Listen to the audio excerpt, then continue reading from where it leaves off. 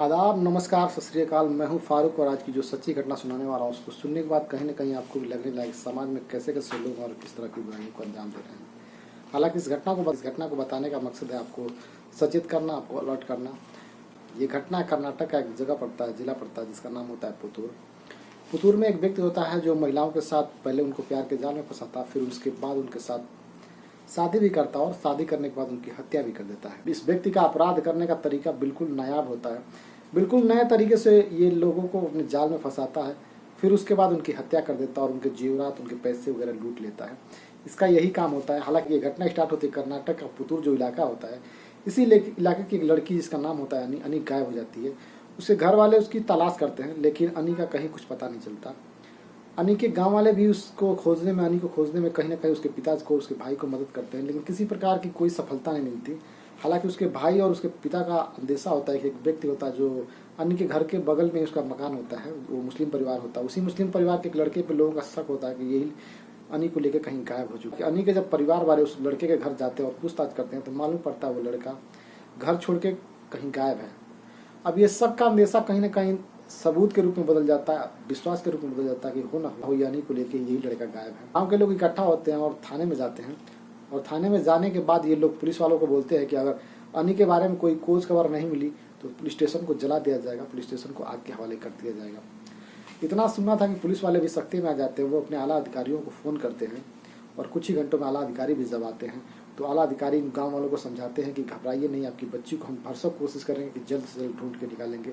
और पुलिस वाले आला अधिकारी जो होते हैं वो 1 महीने का वक्त मांगते हैं उस गाँव वालों का, और गाँव वाले भी मान जाते हैं।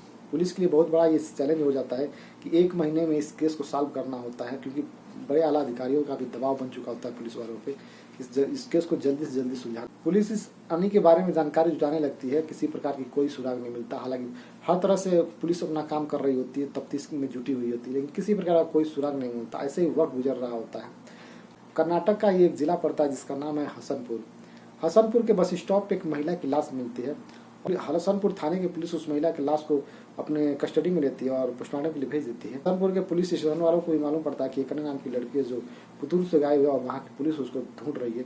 हसनपुर के पुलिस अब पुतूर के पुलिस स्टेशन से संपर्क करती है और बताती है कि यहाँ पे एक लड़की की लाश मिली है, हो सके तो आप इसकी शिनाख्त कर सकते हैं, देख सकते हैं क्या वही लड़की तो नहीं जिसकी आप तलाश कर रहे हैं।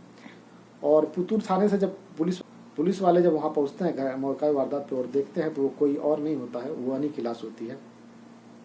और पुलिस वालों के लिए अब एक बहुत बड़ा बखेड़ा बन जाता है। पहले तो अनी की गुमशुदगी का रिपोर्ट था, अब तो इसका मर्डर हो चुका है, लेकिन मर्डर करने वाला कौन है इस चीज़ को जान पाना बड़ा ही ज़रूरी होता है, क्योंकि गांव वालों का भी प्रेशर होता है, आला अधिकारियों का भी पुलिस पर प्रेशर होता है कि इस केस को जल्दी से जल्दी जो सॉल्व करना होता है।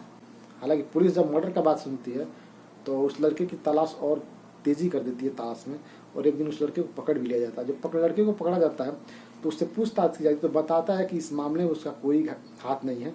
हालांकि वो अपनी बेगुनाही का सारा सबूत पेश करता है। वो बताता है कि जब मुझे मालूम पड़ता है कि गांव वाले मुझे मारने के लिए ढूंढ रहे हैं और उनका शक मेरे ऊपर है, तो लड़का गांव छोड़ के भाग गया होता है और अपनी बेगुनाही का सारा सबूत पुलिस को, और पुलिस जब उसके बेगुनाही के सबूत को पड़ताल करती है, जाँच करती है, तो मालूम पड़ता है ये लड़का सही बोल रहा होता है।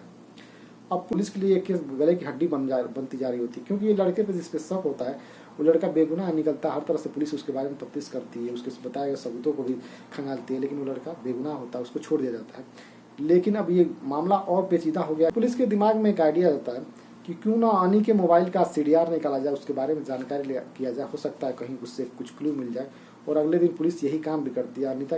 और पुलिस अनी के मोबाइल का जब CDR निकालती है तो उसमें एक चौंकाने वाली बात सामने आती है कि एक नंबर होता है जिसपे लगातार अनी बात कर रही होती है, और उस नंबर के बारे में जब जानकारी जुटाई जाती है तो मालूम पड़ता है ये नंबर किसी कावेरी नाम की महिला का है। अब पुलिस उस कावेरी नाम की महिला का एड्रेस निकालती है और उसके घर पे जब जाती है तो वहाँ मालूम पड़ता है कि कावेरी 2 सालों से अपने घर से गायब है। हालांकि उसके घर वाले उसकी तलाश करने के लिए भरसक कोशिश कर चुके होते हैं, लेकिन किसी प्रकार का कावेरी का सुराग नहीं मिलता और वो थक हार के उसको भूल ही चुके होते हैं कावेरी के बारे में। ताकि ये केस पुलिस के लिए और एक उलझता जा रहा होता है। पुलिस समझ नहीं पा रही कि ये हो क्या रहा है, कहाँ है और ये तफ्तीश की कड़ी जा कहाँ रही है। पुलिस अपने काम में लगे रहती है। फिर पुलिस के दिमाग में आता है कि क्यों ना कावेरी के नंबर का भी CDR निकाला जाए, हो सकता है कुछ आगे क्लू मिल सके। और फिर कावेरी का नंबर का जब CDR निकलता है तो फिर उसी नंबर से एक नंबर पे और बात किया गया होता है, बार बार घंटों बात की गई होती है। उस नंबर होता है एक पुष्पा नाम की महिला का। और जब पुलिस पुष्पा नाम की महिला के घर जाती है तो वहाँ भी एक चौंकाने वाली बात खुल के सामने आती है। वो बात ये होती है कि जो पुष्पा होती है करीब 6 सालों से अपने घर से लापता है और उसके घर वाले भी तलाश करते हैं, कुछ तलाश कर चुके होते हैं, हर तरह की कोशिश कर चुके होते हैं, लेकिन उसका भी कुछ पता नहीं। अब पुलिस के दिमाग में कहीं ना कहीं ये शक गहराने लगता है कि ये नंबर का जो सिलसिला एक दूसरे से जुड़ा हुआ है, उनसे जुड़े हर नंबर को तलाश करने लगती है। ऐसे करीब 20 नंबरों को तलाश करती है और 21वां नंबर एक चौंकाने वाले एक लड़के का होता है, क्योंकि जो इतनी नंबरों पर जब पुलिस जांच पड़ताल की होती है, सीडीआर निकाला गया, एक दूसरे का सीडीआर जोड़ के निकाला गया होता है जिसपे ज़्यादा बात हुई होती है, तो उसमें कभी भी लड़के का किसी का नंबर नहीं निकलता है। हालांकि जो लास्ट में निकलता है 21वां नंबर एक लड़के का होता है, वो लड़के का नाम होता है धनुष। जब धनुष के पास पुलिस जब पहुंचती है तो देखती है धनुष एक नाबालिग लड़का होता है, करीब उसकी उम्र 13 साल के आसपास होती है। अब पुलिस के दिमाग में ये समझ में नहीं आता कि ये क्या हो रहा है, ये 13 साल का लड़का इतना बड़ा क्राइम तो कर ही नहीं सकता। तो फिर पुलिस उस लड़के से पूछती है कि बेटा ये नंबर किसका है, तो लड़का बताता है सर ये नंबर मेरा नहीं है, ये नंबर मेरे चाचा जी का है, उन्होंने ही मुझे दिया है यूज करने के लिए। तो फिर पुलिस उस लड़के से पूछती है कि बेटा तुम्हारे चाचा हैं तो कहाँ हैं, तो वो बताता है मेरे चाचा मैंगलोर में रहते हैं, एक गाँव में रहते हैं और अभी वो फिलहाल वहीं पे हैं। तो पुलिस उस लड़के से उसके चाचा का नंबर मांगती है जिसका नाम होता है मोहन कुमार विवेकानंद। जब मोहन कुमार विवेकानंद का नंबर मांगती है उस लड़के धनुष से और उसका जब सीडीआर नंबर निकाला जाता है तो उसमें एक चीज़ दिखाई देती है बड़ा ही चौंकाने वाली। वो लगातार फिलहाल कुछ महीनों से लगातार एक औरत से बात कर रहा होता है, एक महिला से बात कर रहा होता है जिसका नाम सुमित्रा बताया जाता है। जब पुलिस सुमित्रा से संपर्क साधने की कोशिश करती है और उसे संपर्क भी हो जाता है तो पुलिस पूछती है सुमित्रा से कि तुम किस से बात करती हो इतना घंटों तक, तो वो बताती है मैं अपने दोस्त आनंद से बात करती हूँ। बताती है जो तुम आनंद से बात कर रही हो वो हालांकि आनंद है नहीं, उसका नाम है मोहन कुमार विवेकानंद। वो सुमित्रा नाम की जो औरत होती है चौंक से जाती है कि उसको तो उस लड़के ने बताया होता है, उस व्यक्ति ने बताया होता है कि उसका नाम आनंद होता है। हालांकि जब पुलिस उस सुमित्रा को जब सारी घटनाओं के बारे में बताती है, जो 19 घटनाएं 20 घटनाएं घट चुकी होती हैं और औरतों के साथ, और क्रमबद्ध तरीके से और सारे प्लान जैसे वो प्लान करके लड़कियों को अपने जाल में फंसाता है वो सारे प्लान को बताती है, तो सुमित्रा को कहीं ना कहीं एहसास हो जाता है, भरोसा हो जाता है पुलिस की बातों पे कि ये जो व्यक्ति आनंद है वो आनंद है नहीं हो, वो मोहन कुमार विवेकानंद है, उसको भरोसा हो जाता है। तो पुलिस कहती है कि तुम हमारी मदद करो तो हो सकता है उस गुनाहगार को पकड़ा भी जा सकता है और इस खेल का भी पर्दाफाश किया जा सकता है। तो वो महिला मान जाती है और एक दिन उसका प्लान बनाती है। वो महिला खुद बोलती है कि मैं उसको मिलने के लिए बुलाऊंगी और आप लोगों को फ़ोन के जरिए फ़ोन के माध्यम से पहले ही सूचना दे दूंगी, और ऐसा ही होता है। वो सुमित्रा नाम की औरत उस व्यक्ति को बुलाती है मिलने के लिए और पुलिस पहले से वहाँ पे जिस जगह पे इन लोगों का मिलना होता है और पुलिस पहले से ही शादी वर्दी में मौजूद रहती है और किसी को इस बात का आभास ही नहीं होता कि वहाँ पर पुलिस भी मौजूद है। जब आनंद आता है, यानी आनंद मतलब वो मोहन कुमार विवेकानंद, तो पुलिस उसको धर दबोचती है और थाने लेकर जाती है। थाने ले जाने के बाद जब उससे पूछताछ की जाती है तो चौंकाने वाले खुलासे करता है जिसको सुनने के बाद कहीं ना कहीं आप भी शर्मसार हो जाएंगे समाज में कैसे कैसे लोग और किस तरह की घटना हो रही है। हालांकि वो बताता है कि एक मोहन कुमार विवेकानंद पास के ही पुतुर में एक सरकारी विद्यालय होता है जहाँ पे वो बच्चों को पढ़ाता है। वो अपने आप को टीचर नहीं कहता, वो अपने आप को प्रोफेसर बताते हैं क्योंकि उसको 3 सब्जेक्ट में महारत हासिल होती है, इसीलिए अपने आप को प्रोफेसर कहना पसंद करता है। इंग्लिश उसकी बहुत ज़बरदस्त होती है, फिजिक्स भी उसका तगड़ा होता है और मैथ का तो वो मास्टर होता है। इसीलिए अपने आप को टीचर कहना बेहतर नहीं समझता, अपने आप को खुद को प्रोफेसर बोलना पसंद करता है। और उसको ही उसी गांव के पास में एक महिला होती है जिससे उसको प्रेम हो जाता है, एक तरफा प्रेम हो जाता है, लेकिन उस प्रेम को इजहार भी कर देता है उस महिला से और महिला उसके प्रेम को ठुकरा देती है। हालांकि 2-3 दिनों तक उसके साथ पीछे पड़ा रहता है अपने प्यार के लिए मनाने के लिए उसको, लेकिन महिला होती है जो मानने को तैयार नहीं होती है। एक दिन महिला नहर के किनारे से कहीं जा रही होती है और इस चीज़ को जब मोहन कुमार देखता है तो उस महिला के पीछे वो निकल जाता है। हालांकि महिला अकेली होती है और आसपास का जब सुनसान एरिया देखता है तो उस महिला को उस नहर में ढकेल देता है। हालांकि जो नहर होती है उसमें पानी का उफान काफ़ी तेज़ी से होता है और महिला उस नहर में गिरते ही बहने लगती है। और ये देख के मोहन कुमार को लगता है कि इस महिला की इस नदी के अंदर ही, इस नहर के अंदर ही मौत हो जाएगी। हालांकि कहा गया कि जाको राखे साइया मार सके ना कोई, उस महिला के साथ भी यही होता है और वो मरती नहीं बल्कि बच जाती है। और नदी से निकलने के बाद, नहर से निकलने के बाद वो सीधे पुलिस स्टेशन जाती है और मोहन कुमार विवेकानंद पे FIR करती है। FIR का पुलिस आती है और मोहन कुमार को गिरफ्तार करके जब थाने ले जाती है और थाने में ले जाकर बंद किया जाता है गंभीर आरोपों में। हालांकि वो ज़्यादा दिनों तक जेल में कैद नहीं रह पाता क्योंकि महिला के पास और पुलिस के पास भी उसके खिलाफ कोई पुख्ता सबूत नहीं होता। हालांकि जो इंडिया का कानून होता है दलीलों पे नहीं सबूतों पे चलता है और इसी के आधार पर वो बेइज्जत बरी हो जाता है। करीब 1 साल का वक्त लग जाता है उसको जेल से बाहर आने में। हालांकि पुलिस उसे बाइज्जत बरी कर देती है, उसे किसी प्रकार का गुनाह में कोई लिप्त नहीं करार देती है और उसे बाइज्जत बरी कर देती है। जेल से निकल के जब बाहर आता है और अपने विद्यालय पर जाता है तो उसको मालूम पड़ता है कि उसको यहाँ से बर्खास्त कर दिया गया है, उसको टर्मिनेट कर दिया गया होता है। अब वो हरियाणा में परेशान हो जाता है क्योंकि उसके पास अब किसी प्रकार का कोई रोजगार नहीं। मोहन कुमार के पास भी पैसे की किल्लत आने लगती है उसके परिवार में। हालांकि उसका विवाह हो चुका होता है, मोहन कुमार का शादी ब्याह हो चुका रहता है, उसकी एक बीवी भी होती है। अब वो जब वहाँ से छूटता है और मालूम पड़ता है वो बर्खास्त हो चुका है विद्यालय से, तो सीधे घर जाता है। घर जाने के बाद अब अपने घर पे ऐसे ही पड़ा रहता है। उसकी पत्नी और उससे आए दिन लड़ाई होने लगते हैं क्योंकि पैसे की तंगी की वजह से आपस होने लगती है। और लड़ाइयों से तंग आकर मोहन कुमार अपनी बीवी को तलाक दे देता है एक दिन। और तलाक देने के बाद वो रुकता नहीं, उसके कुछ ही दिनों बाद एक और लड़की से शादी करता है। और उसके बाद भी फिर नहीं मानता, फिर एक और लड़की से शादी करता है। यानी मोहन कुमार विवेकानंद 3 शादियां कर लेता है। वक्त गुजर रहा होता है और समय पैसे की तंगी भी होती है, उसको पैसे की जरूरत भी पड़ रही होती है। तो वो सोचता है अब करूँ तो क्या करूँ, क्योंकि उसके पास कोई अब चारा नहीं बचा होता। विद्यालय जो होता है वो छूट चुका होता है और इस पर एक घिनौना आरोप भी लग चुका होता है, जिससे कोई बच्चा ट्यूशन पढ़ने के लिए भी उसके पास जाना पसंद नहीं करता, घर वाले भी नहीं भेजते उसके पास। अब उसके दिमाग में एक आइडिया आता है और वो आइडिया इतना भयानक होता है, इतना खौफनाक होता है कि जिसको सुनने के बाद कहीं ना कहीं आप भी सोच लें कि ये व्यक्ति कैसे इस घटनाक्रम को अंजाम दे रहा होता है। वो आइडिया क्या होता है, वो अपने एक दोस्त होता है जिसका नाम सलीम होता है। वो सोने की दुकान पे काम करता है, सुनार का काम करता है। उससे मिलता है और उससे बार बार साइनाइड के बारे में मालूम करना चाहता है।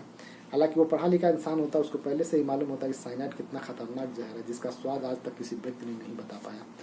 लेकिन उसको जरूरत होती है कि ये साइनाइड मिलेगा तो आखिर कहाँ से मिलेगा, और इसके लिए वो सलीम को अपना माध्यम बनाता है और सलीम से इसके बारे में जानकारी हासिल करने लगता है कि साइनाइड मिलता कहाँ है। और बातों बातों में सलीम एक दिन इस साइनाइड के बारे में बता भी देता है कि ये लोग जो सोनार लोग होते हैं ये साइनाइड का यूज करके गहनों को चमकाते हैं, सोने चांदी को बेहतरीन रूप देते हैं, बेहतरीन आकार देते हैं।